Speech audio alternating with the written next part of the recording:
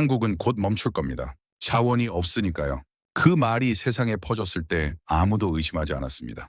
공급망은 특정 나라에 묶여 있었고 단 하나의 수출 제한만으로 한 나라의 산업이 통째로 흔들린 사례는 이미 여러 번 있었으니까요. 자원이 곧 생존이라는 공식, 그건 수십 년이 넘도록 증명된 진리였습니다. 그런데 한국이 전혀 다른 방식으로 자원에 접근하고 있었다면 어떻게 됐을까요? 나는 평생을 믿어왔습니다. 이 세계는 결국 자원을 가진 나라가 지배한다는 사실을요. 독일에서 생명공학을 연구하며 수십 년을 데이터와 논문 속에서 살아온 나, 요한 슈미트는 그 단순한 진리를 단 한 번도 의심한 적이 없었습니다. 석유를 가진 중동, 리튬을 쥔 남미와 호주, 그리고 히토류로 세계 산업을 흔드는 중국, 그들 앞에서 기술은 결국 도구일 뿐이었습니다. 자원이 없는 국가는 언젠가 반드시 무릎을 꿇는다. 나는 그렇게 배웠고 그렇게 확신하며 살아왔습니다. 그 확신이 더 굳어진 건 2010년 단 한 사건 때문이었습니다.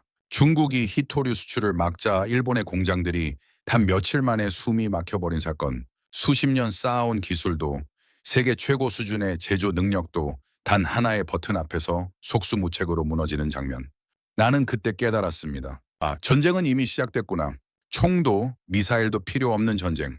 땅속 자원을 잠가버리는 전쟁. 그리고 그 순간 내 머릿속에 떠오른 나라가 있었습니다. 대한민국, 나는 한국을 알고 있었습니다. 아니, 정확히 말하면 그렇게 믿고 있었습니다. 산이 70%인 나라, 석유 한 방울 나오지 않는 땅, 히토류도 리튬도 없는 나라. 1970년대 제주도 남쪽 바다, 이른바 칠광구에서 석유가 나올지도 모른다는 희망. 사우디보다 더 많은 매장량이 있을지 모른다는 기대. 하지만 결과는 40년 동안 아무것도 하지 못한 채 시간만 흘려보낸 시간이 있었습니다. 나는 그 사례를 보며 다시 확신했습니다. 역시 자원이 없는 국가는 한계가 명확하다. 그저 비싼 원자재를 사와서 밤새 가공해 다시 파는 나라, 몸을 갈아 넣어 유지되는 나라. 그게 내가 알던 한국이었습니다. 그런데 그날 이후로 나는 한 가지 질문에서 도무지 벗어날 수가 없었습니다.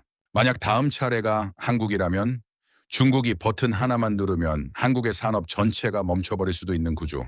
그건 너무도 명확한 현실이었습니다. 그리고 그때 나는 우연히 한 자료를 접하게 됩니다.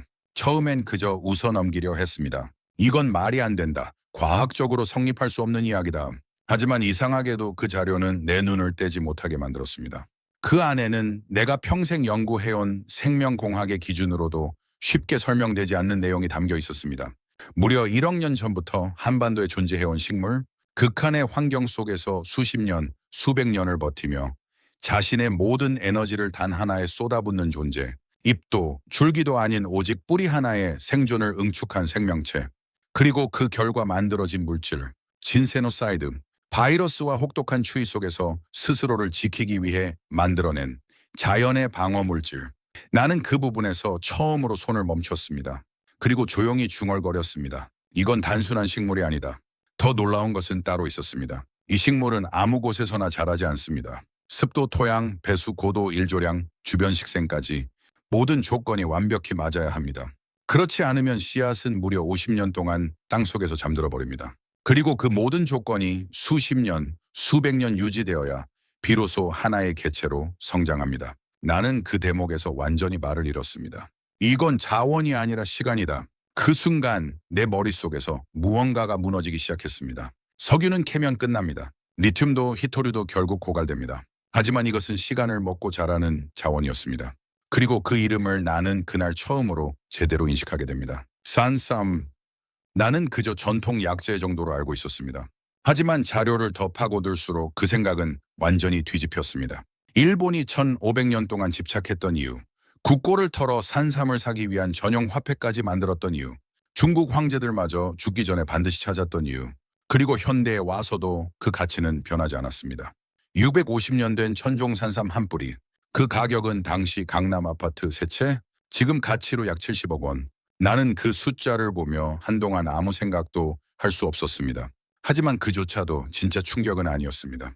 진짜 문제는 이 자원이 이제 거의 사라졌다는 사실이었습니다. 일제 강점기 수탈, 한국 전쟁으로 인한 산림 파괴, 그리고 최근 기후변화와 산불, 이제 진짜 천종산삼은 로또보다 찾기 어려운 존재. 나는 그 지점에서 결론을 내렸습니다. 결국 이것도 끝난 자원이군. 그런데 그 다음 문장에서 내 눈이 멈췄습니다. 나는 그 문장을 몇 번이고 다시 읽었습니다. 이 자원을 한국이 복제하는 데 성공했다. 나는 자리에서 일어나 한참 동안 창밖을 바라봤습니다. 그리고 조용히 말했습니다.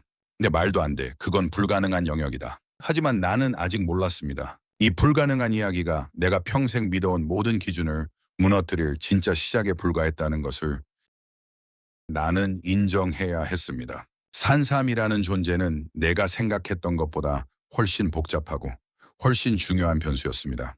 하지만 나는 끝까지 선을 하나 그었습니다. 그래도 이건 과학이 아니다. 아무리 효능이 뛰어나도 아무리 희귀해도 검증되지 않으면 그건 자원이 아니라 이야기일 뿐입니다. 내가 평생을 걸고 지켜온 기준은 단 하나였습니다.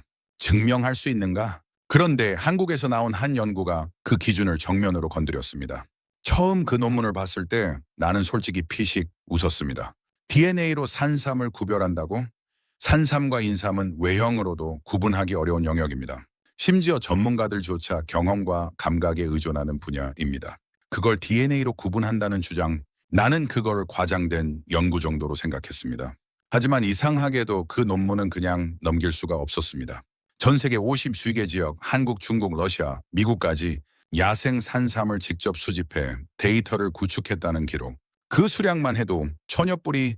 나는 그 숫자에서 잠시 멈췄습니다. 이건 개인이 할 수 있는 규모가 아닌데, 그리고 그 연구를 진행한 인물, 한때 무역으로 조 단위 매출을 만들고 지문인식 기술로 수백억을 벌었던 사업가, 그가 모든 것을 버리고 산으로 들어갔습니다. 나는 그 대목에서 처음으로 불편함을 느꼈습니다. 왜? 돈도 성공도 가진 사람이 왜 이런 비효율적인 분야에 뛰어드는가?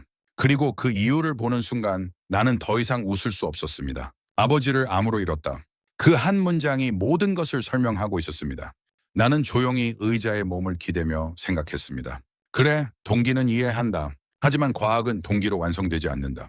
그런데 다음 페이지에서 나는 완전히 침묵하게 됩니다.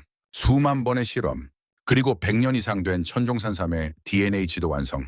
나는 그 문장을 보고 한동안 눈을 떼지 못했습니다. DNA. 그건 인간에게 있어 절대적인 기준입니다. 지문처럼 절대 위조할 수 없는 영역. 그걸 산삼에도 적용했다는 것. 그리고 더 충격적인 건 가짜는 절대 흉내낼 수 없는 고유 패턴이 발견됐다는 사실이었습니다.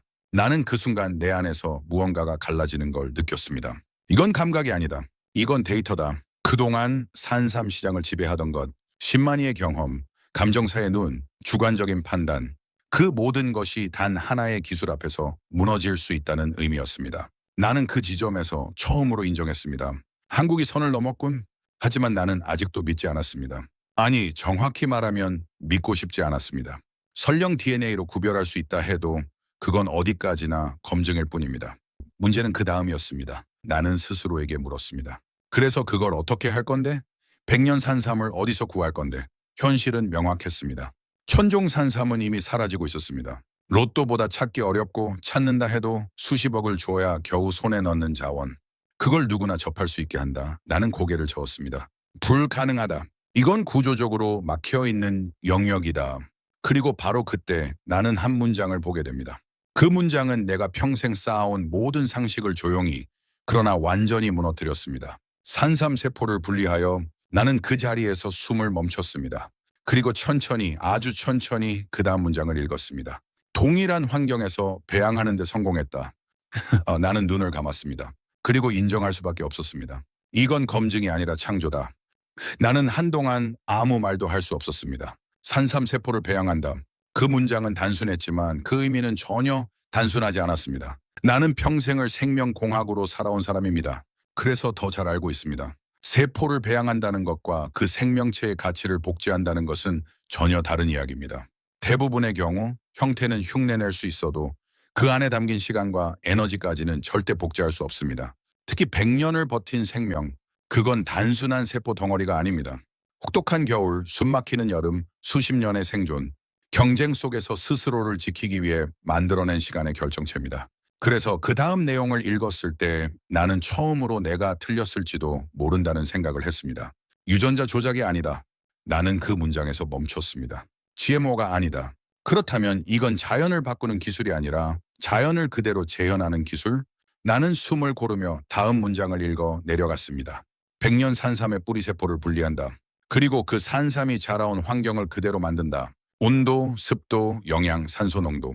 그리고 시간의 흐름까지 계산된 공간. 나는 그 장치를 보는 순간 그 이름을 떠올렸습니다. 바이오리액터. 하지만 이건 내가 알던 수준의 장비가 아니었습니다. 단순한 배양 탱크가 아니었습니다. 환경을 복제하는 장치. 나는 그 표현이 더 정확하다고 느꼈습니다. 그리고 그 안에서 산삼은 다시 자라기 시작했습니다. 나는 그 장면을 상상하며 몸이 굳어버렸습니다. 말도 안 돼. 그거는 시간의 영역이다. 하지만 데이터는 거짓말을 하지 않습니다. DNA 분석 결과 이 배양된 산삼의 유전자, 100년 이상 된 천종 산삼과 99% 일치. 나는 그 숫자를 보고 눈을 감았습니다. 99%. 그건 단순한 유사성이 아닙니다. 복제에 가까운 수치입니다. 그리고 남은 1%.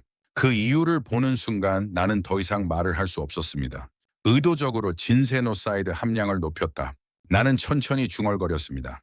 강화했다고 자연을 따라잡은 것이 아니라 자연을 넘어섰습니다. 그 순간 내 안에서 무언가가 완전히 무너졌습니다. 나는 평생을 믿어왔습니다. 자원은 발견하는 것이지 만드는 것이 아니라고.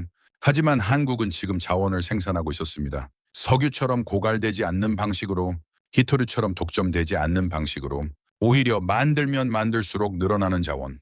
나는 그 지점에서 완전히 침묵했습니다. 그리고 천천히 인정할 수밖에 없었습니다. 이건 자원이 아니다. 질서의 변화다. 세계는 지금까지 자원을 가진 나라가 지배해왔습니다. 하지만 만약 자원을 만들 수 있는 나라가 등장한다면 나는 그 답을 알고 있었습니다. 그리고 그 나라의 이름도 알고 있었습니다. 대한민국. 나는 처음으로 그 이름을 다르게 느꼈습니다. 더 이상 자원 없는 나라가 아니라 자원을 창조하는 나라. 나는 인정했습니다. 하지만 나는 마지막 기준을 하나 더 꺼냈습니다. 그래도 이건 실험실 이야기다. 논문, 데이터, 수치. 그건 어디까지나 통제된 환경 속 결과일 뿐입니다. 현실은 다릅니다. 나는 수십 년 동안 그 차이를 수도 없이 봐왔습니다. 그래서 나는 실제 사람들의 기록을 뒤지기 시작했습니다. 처음에는 별 기대가 없었습니다. 그저 흔한 후기들, 좋다, 효과 있다. 나는 그런 문장들을 전혀 믿지 않습니다.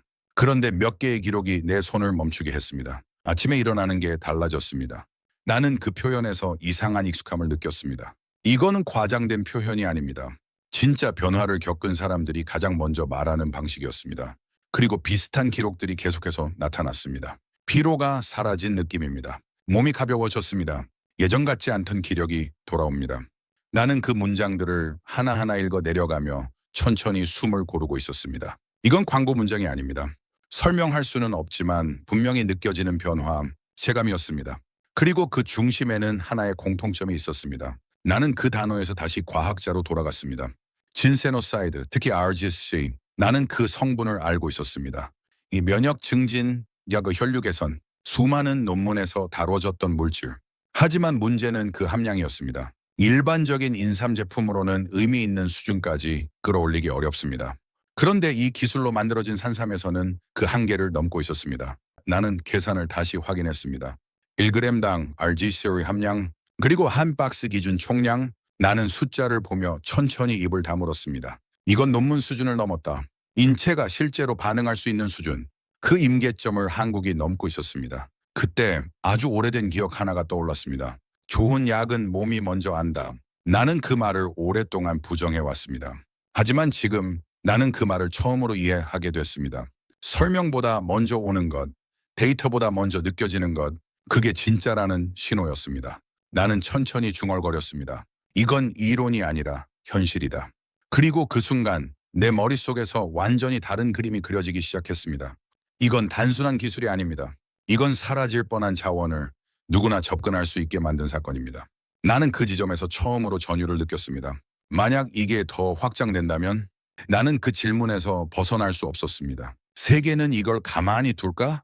자원은 언제나 충돌을 부릅니다. 석유를 두고 전쟁이 일어났고 히토류 하나로 산업이 멈춰섰습니다. 그런데 자원을 만드는 기술이 등장했습니다. 나는 알고 있었습니다. 이건 절대 조용히 넘어갈 일이 아닙니다. 그래서 나는 다른 나라들의 반응을 찾아보기 시작했습니다. 그리고 며칠이 지나지 않아 이상한 흐름이 포착됐습니다. 해외 학회에 조용히 올라온 발표 하나, 그리고 이례적인 관심. 나는 그 데이터를 보며 눈을 가늘게 떴습니다. 왜 이렇게 반응이 빠르지? 보통 새로운 기술은 시간이 걸립니다. 검증하고 의심하고 천천히 받아들입니다. 그런데 이건 달랐습니다. 너무 빠르게, 너무 정확하게 핵심만 보고 있었습니다. 나는 그 순간 깨달았습니다. 알아본 거다. 이게 뭔지.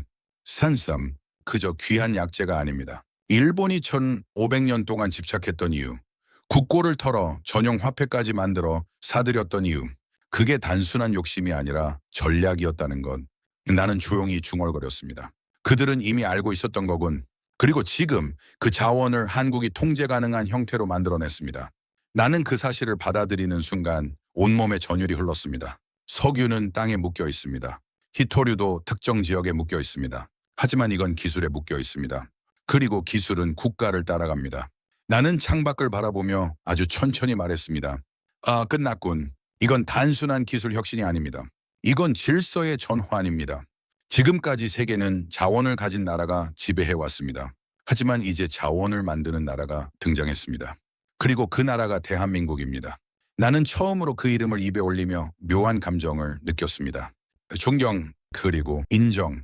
한국은 자원 없는 나라가 아니었습니다. 우리는 잘못 알고 있었던 겁니다. 그 순간 내 머릿속에서 모든 퍼즐이 맞춰지기 시작했습니다. 왜 그 척박한 땅에서 이런 생명이 태어났는지, 왜 수천 년 동안 다른 나라들이 집착했는지, 그리고 왜 지금 이 기술이 등장했는지, 지금 나 자신은 확신하게 되었습니다. 이건 우연이 아닙니다. 1억 년의 시간, 그리고 한국인의 집념, 나는 마지막으로 조용히 중얼거렸습니다. 이건 따라잡을 수 있는 영역이 아닙니다. 자원은 더 이상 땅 속에 있는 것이 아닙니다.